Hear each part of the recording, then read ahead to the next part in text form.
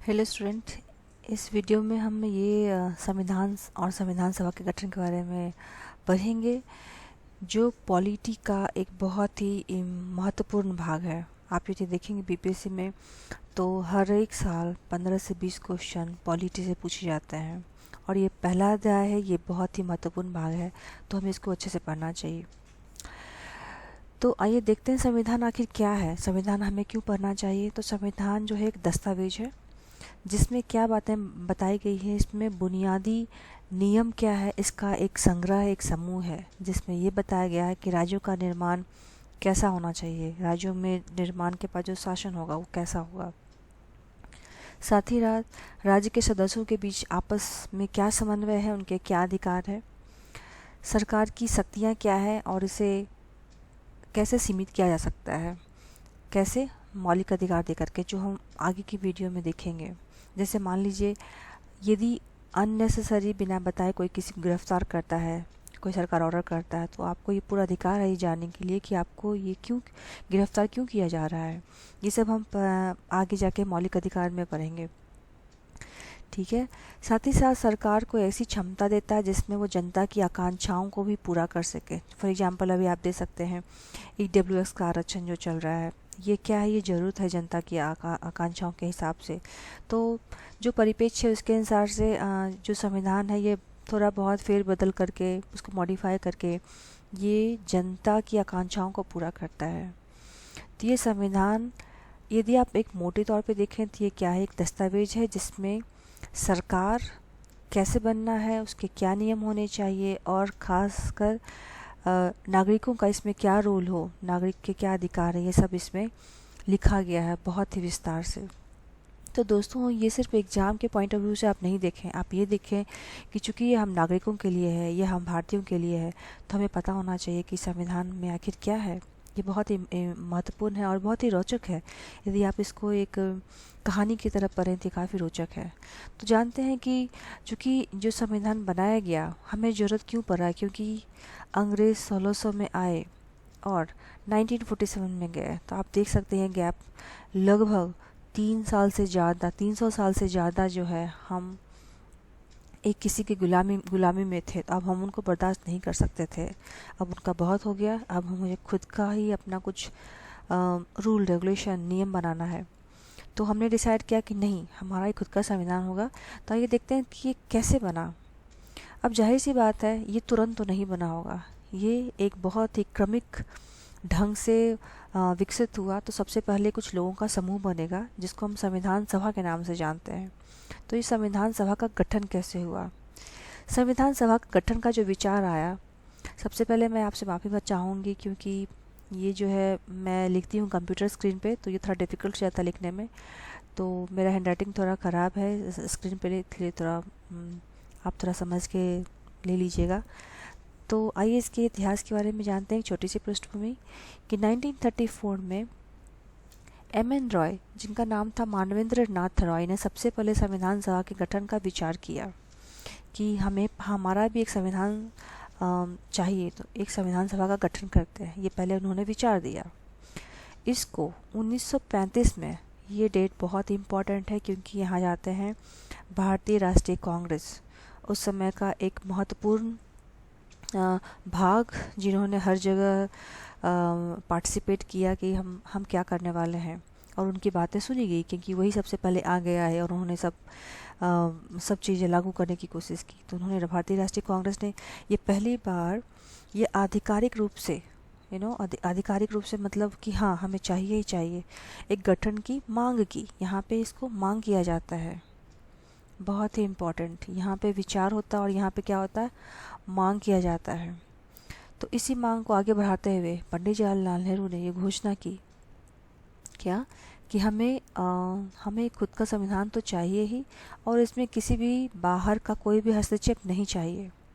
तो पहले विचार हुआ, फिर मांग हुआ, फिर उन्होंने ये डिमांड किया।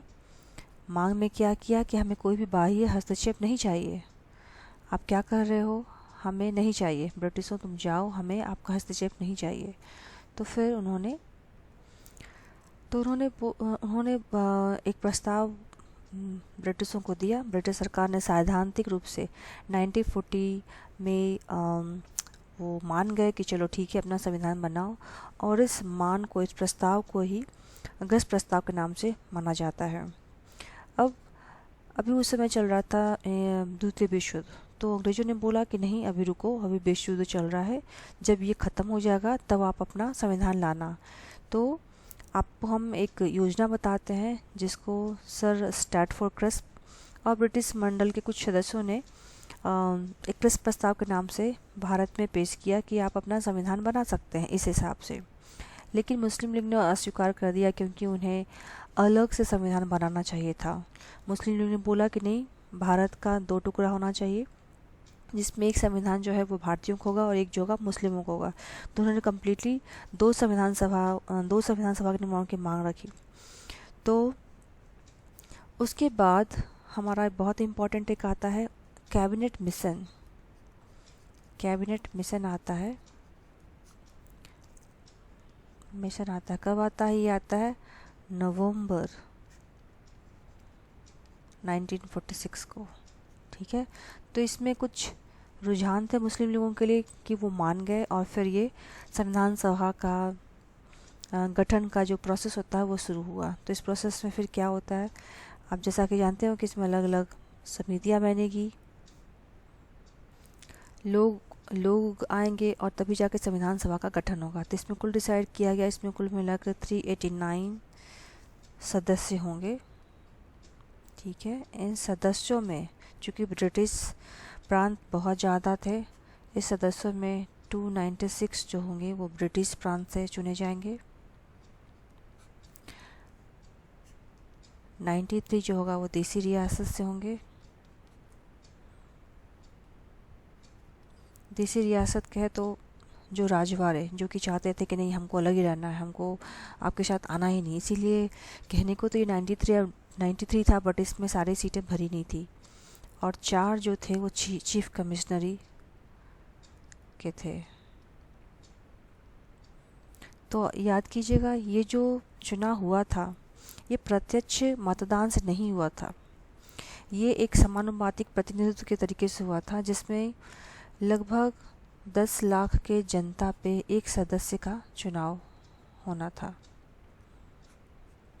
अभी ब्रिटिश प्रांत तो काफ़ी ज़्यादा था, तो यहाँ पे टोटल जो समूह थे इसको हिंदू, मुस्लिम,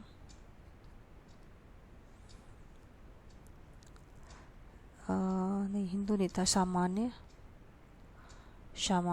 मुस्लिम और सिख के समुदायों में बांटा गया था। सिख समुदाय, ये 3 अलग अलग समुदाय में बांटा गया था, और उनको फिर जनसंख्या के आधार पर सदस्य चुनने का अधिकार दिया गया था, लेकिन वो प्रत्यक्ष नहीं था। इसमें कुछ जो थे उनको जस्ट सदस्यों का जो प्रतिनिधित्व था उनका चुनाव किया गया और वो चुने गए। अभी देसी रियासतों में देखा जाए तो इनके प्रतिनिधियों का चयन जो रियासतों में जो प्रमुख था उनके द्वारा किया गया। तो यदि आप ओवरऑल देखा जाए तो हमारा जो संविधान था, जब संविधान सभा बना गया, तो इसलिए इसको बोलते हैं कि आंशिक तो चुना हुआ था, चुनी हुई थी, और आंशिक जो थी वो नामांकित निकाय थी, कि बस आप नाम दे दिए कि हाँ आप जाओ संविधान सभा में बैठो। तो इसीलिए इसको बोला जाता है कि इसमें आंशिक जो है चुनी हुई और आंशिक जो है नामित निकाय थी। तो इस तरह से संविधान सभा का तो गठन हो गया, लेकिन हालांकि इसमें प्रत्यक्ष रूप से मतदान नहीं भी हुआ, फिर भी यदि आप देखा जाए तो इसमें प्रत्येक समुदाय जैसे कि हिंदू, मुस्लिम, सिख, पारसी, आंग्ल, ये सभी प्रतिनिधियों को जगह मिली थी। इसमें महिलाएं भी शामिल थी। तो अब देखते हैं इसका कैसे आगे कैसे इसका काम चला। तो पहला जो बैठक हुआ था, अब ये डेट याद रखने का है हमें, पहला बैठक कब हुआ था? 9 दिसंबर 1946 में इसका पहला बैठक हुआ था, पहली बैठक। ठीक है, तो वो तो मुस्लिम लीग तो पहले से ही नाखुश थे, उन्होंने इस बैठक का क्या किया, बहिष्कार किया और एक अलग पाकिस्तान की मांग की। अभी इस बैठक में देखा जाए तो इस बैठक में टोटल 211 सदस्यों ने ही हिस्सा लिया था, क्योंकि वो ऑलरेडी बहुत ही हम नाराज़ थे नहीं, क्योंकि उनकी बातें नहीं सुनेगी, क्योंकि वो बिल्कुल अलग ही संविधान सभा चाहते थे। तो इस समय जो वरिष्ठ सदस्य थे इनमें से वो थे हमारे डॉक्टर सच्चिदानंद सिन्हा, उनको ही अध्यक्ष बनाया गया। नंद सिन्हा तो इन्हें अध्यक्ष बनाया गया। यहाँ तक क्लियर है। तो पहले हमने क्या देखा, संविधान कैसे बना, उसके बाद हम देख रहे हैं कि संविधान सभा तो बन गया है, अब आगे क्या होता है, इसका आगे क्या कैसे प्रोसेस होता है। तो मैंने ऑलरेडी इसको थोड़ा डिटेल से लिखा है। तो संविधान सभा के जो प्रथम अध्यक्ष थे डॉक्टर सच्चिदानंद सिन्हा थे, ये भी बिहार से ही थे और ये अस्थायी सदस्य थे। बाद में 11 दिसंबर 1946 को अस्थायी सदस्य की जगह पे डॉक्टर राजेंद्र प्रसाद आते हैं। डॉक्टर राजेंद्र प्रसाद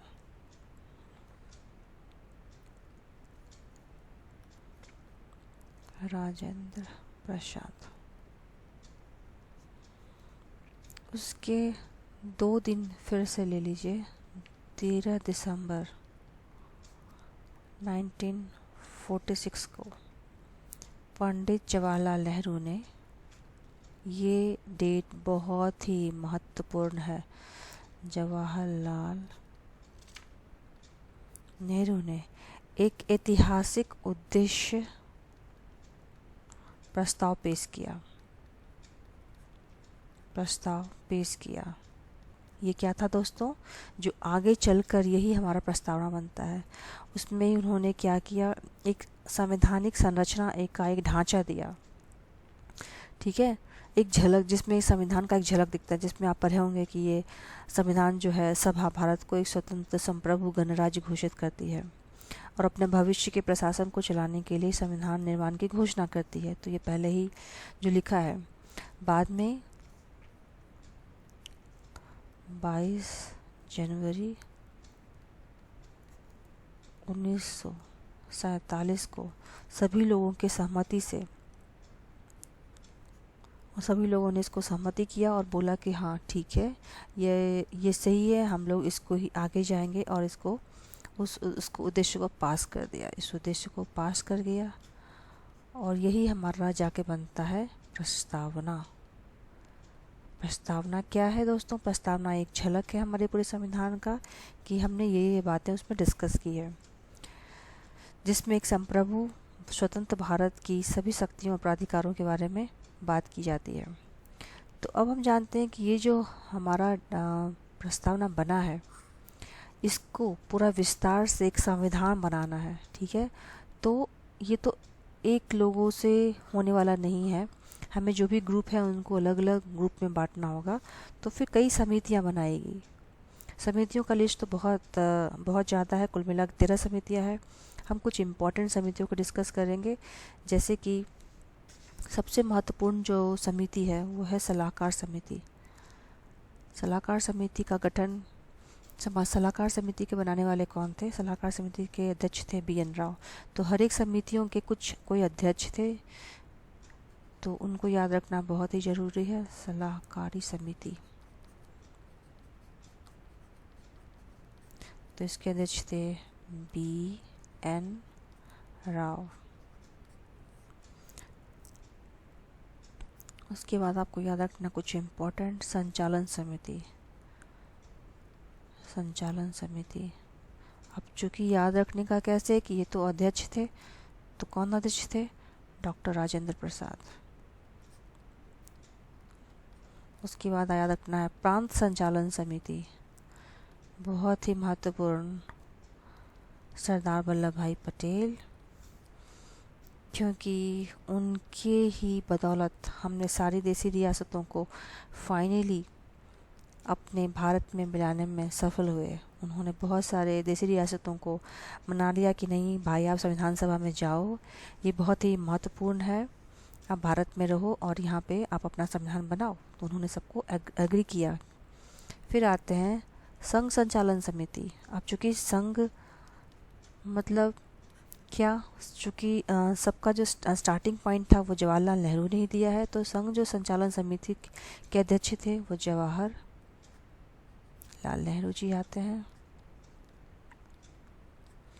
फिर आपको ध्यान देना है, बहुत ही इम्पोर्टेंट क्वेश्चन एग्जाम में पूछा गया है, प्रारूप समिति, जिसको ऑल्सो ड्राफ्टिंग कमेटी बोलते हैं।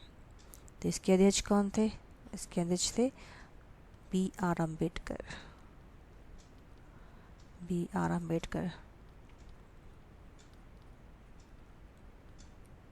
जिसको अंतिम रूपरेखा तैयार करने के लिए B.R. अम्बेडकर को ही जाना जाता है, जिन्होंने बहुत ही महत्वपूर्ण बिंदुओं पर विचार किया। वो एक बहुत अच्छे जाने माने सलाहकार थे, विद्वान व्यक्ति थे। Doctor B.R. अम्बेडकर जो थे वो काफ़ी पढ़े लिखे समझदार व्यक्ति थे। उन्होंने ये जितने भी संविधान का जो भी कार्यकलाप था उसमें बढ़ चढ़ के हिस्सा लिया। उनके प्रभावशाली दलीलों और तर्क संगत के वजह से ही हमारा जो संविधान आज देखते हैं वो काफ़ी अच्छे से व्यवस्थित है, जिसमें अनुसूचित जातियों के लिए, जनजातियों के लिए, हर एक पहलुओं के लिए बहुत ही महत्वपूर्ण फैसला लिया गया है। तो अपने तर्कसंगत और प्रभावशाली दलीलों के कारण उन्हें ही हम क्या जानते हैं, भारतीय संविधान के पिता के रूप में भी जानते हैं। भारतीय संविधान का यदि पिता कोई पूछा जाए तो कौन है? हमारे डॉक्टर B.R. अम्बेडकर।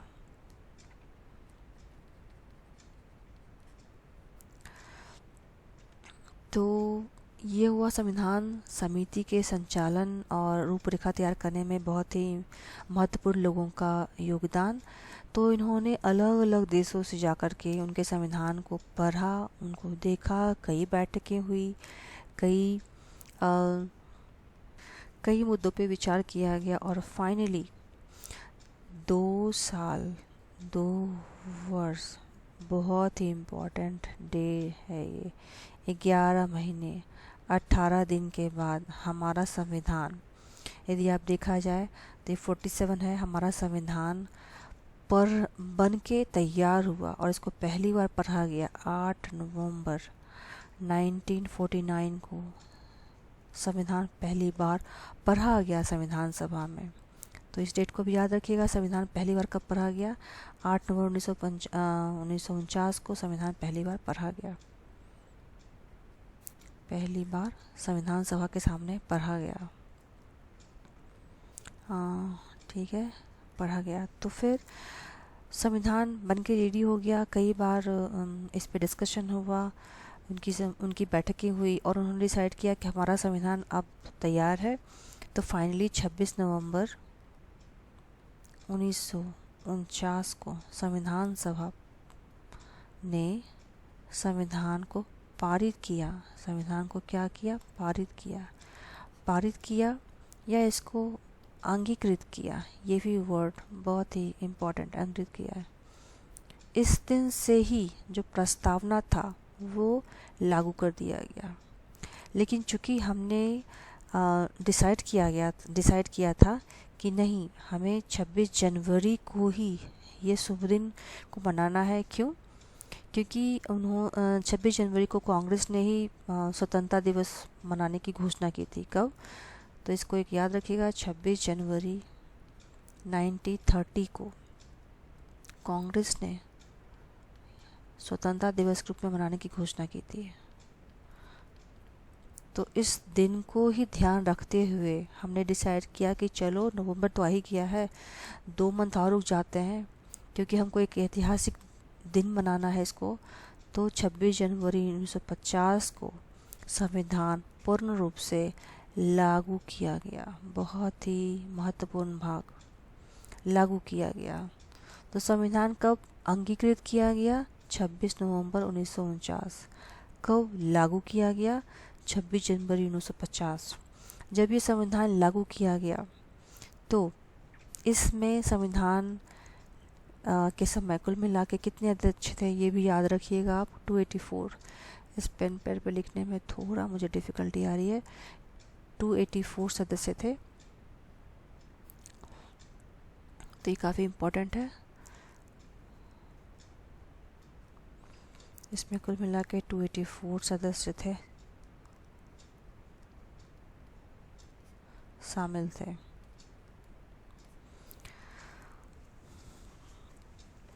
तो अब हम जानते हैं कि ये जो संविधान बना है इसमें फाइनली कितने अनुच्छेद